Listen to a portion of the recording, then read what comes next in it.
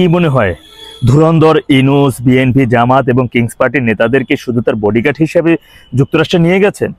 না, তিনি মূলত তার বডিগার্ড হিসেবেও যেমন নিয়েছেন, ঠিক এখানে তিনি এই জাতিসংঘ অধিবেশনের ফাঁকে ডোনাল্ড ট্রাম্পকে বোঝানোর চেষ্টা করবেন যে বাংলাদেশে আমি ইন্টারিয়াম সরকার প্রধান, ঠিক আছে, কিন্তু এই মুহূর্তে যদি আমি বাংলাদেশের ভৌগোলিক মানে বাংলাদেশের ভূগোলের মধ্যে বাংলাদেশের মানচিত্রের মধ্যে যদি আপনার দেশের সেনাঘাঁটি করতে দেই, তাহলে সেই দেশে এই রাজনৈতিক ব্যক্তিরা যে কোনো ধরনের বাধা দিবে না বা তাদের সাথে যে একটা চুক্তি পরামর্শ হবে এক বা চুক্তি, এখন আমার কথা তো তারা নাও শুনতে পারে, তো যে কারণে তারা হয়তো আমার এই প্রস্তাব প্রত্যাখ্যান করতে পারে। এখানে আমি তাদেরকে আমার সাথে করে নিয়ে এসেছি, আপনি একটু তাদেরকে ব্রেনটা ওয়াশ করে দেন যে আগামীতে যে দল নির্বাচনের মাধ্যমে ক্ষমতায় আসবে সেই দলের সাথে যুক্তরাষ্ট্র থাকবে, এবং নির্বাচন না হইলেও এই ছেলে খেলা যেমনি খুশি তেমনি নির্বাচনের মাধ্যমে যে দল ক্ষমতা আসবে সেই দলের সাথে যুক্তরাষ্ট্র থাকবে, এটা একটু ব্রেনটা ওয়াশ করে দেন।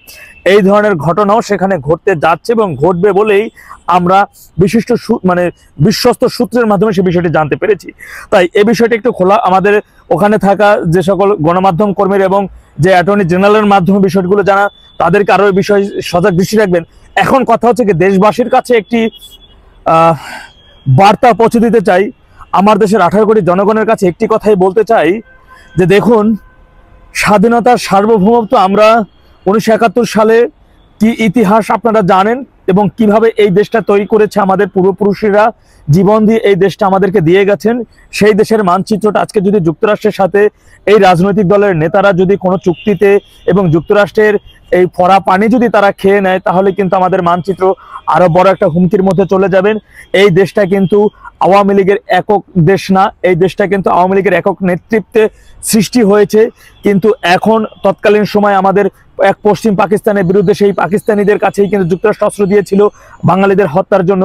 সেই 71 সাল থেকেই তারা বাংলাদেশে সেনাঘাঁটি করার জন্য দৃঢ় প্রতিজ্ঞবদ্ধ, এবং সম্প্রতি সময় আপনারা দেখেছেন যে বাংলাদেশে কিভাবে যুক্তরাষ্ট্রের আধিপত্যতা চলছে এবং রন্ধ্রে রন্ধ্রে যুক্তরাষ্ট্রে ঢুকে যাচ্ছে, যখন তখন তারা বিনা পাসপোর্টে বিনা ভিসায় এই দেশে চলে আসতে পারতেছেন। তাই আমি দেশবাসীর উদ্দেশ্যে একটি কথাই বলবো, যদি রাজনৈতিক এই সকল ব্যক্তিরা যুক্তরাষ্ট্রে সেই পরাপানি খেয়ে আসে কিনা আমাদের হয়তো জানার অবকাশও নেই, কারণ অনেক চুক্তি তাদের সাথে গোপনে হয়ে যায় যেটা দেশবাসী জানতে পারছে না, এবং সরকার থেকেও বারবার বলছে যে বিভিন্ন চুক্তি হয় যে চুক্তিগুলো আসলে প্রকাশ করার মতো না।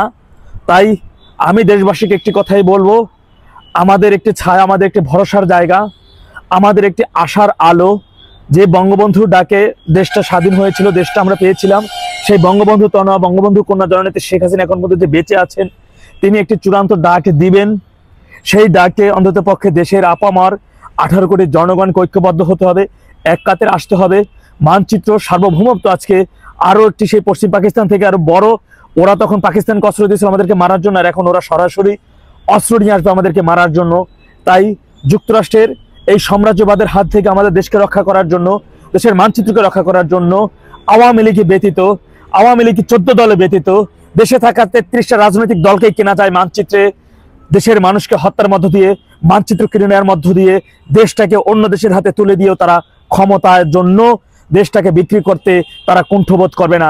আপনারা জানেন শেখ হাসিনা কিন্তু সরকারে থাকাকালীন তিনি বারবার বলেছিলেন একটি সাদা চামড়া দেশ আমাদের দেশে সেনাঘাঁটি করতে চায়, আমি তাতে রাজি হচ্ছি না বলে আমার দেশের উপর চাপ আছে, আর সেই চাপটি তিনি নিতে পারেন নাই বলে তাকে দেশ ছেড়ে চলে যেতে বাধ্য করা হয়েছিল।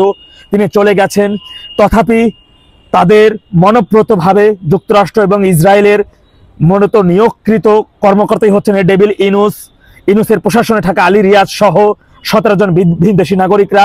তারা আজকে পুরো দেশটাকে, দেশের মানচিত্রটাকে শকুনের ন্যায় খামচে ধরেছে। দেশের কিছু রাজনৈতিক দলের নেতারা ক্ষমতার জন্য, ক্ষমতায় যাওয়ার জন্য দেশের স্বাধীনতার সার্বভৌমত্বকে আজকে হুমকির মধ্যে ফেলতে যাচ্ছে। তাই তাদের সাথে চুক্তি কি হয় আমরা জানি না, আশা করব তারা এই চুক্তিতে রাজি হবেন না।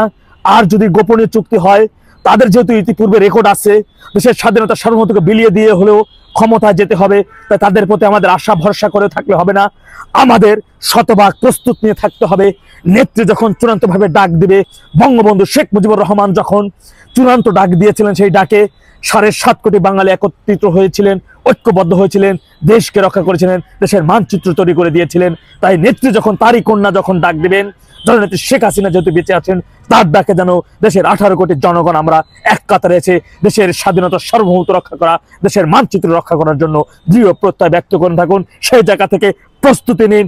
আমাদের হয়তো নেত্রীর ডাকে ঐক্যবদ্ধ হয়ে রাজপথে নেমে দেশ থেকে সাম্রাজ্যবাদ, দেশের বিরুদ্ধে যারা ষড়যন্ত্র করছে তাদেরকে উৎখাত করা, মব সৃষ্টি করা, বিএনপিকে উৎখাত করা আমাদের এখন সময় উপযোগী এবং হয়ে আসতে পারে বলে আমরা মনে করছি। তাই প্রস্তুত থাকতে হবে, প্রস্তুত রাখতে হবে, আরো বেশি শক্তি সঞ্চার করতে হবে, মনোবল দৃঢ় রাখতে হবে। আল্লাহ সবাইকে সঠিক বুঝদান করুন। ওয়াখির জামান আলহামদুলিল্লাহ রাব্বিল আলামিন। আসসালামু আলাইকুম ওয়া রাহমাতুল্লাহ।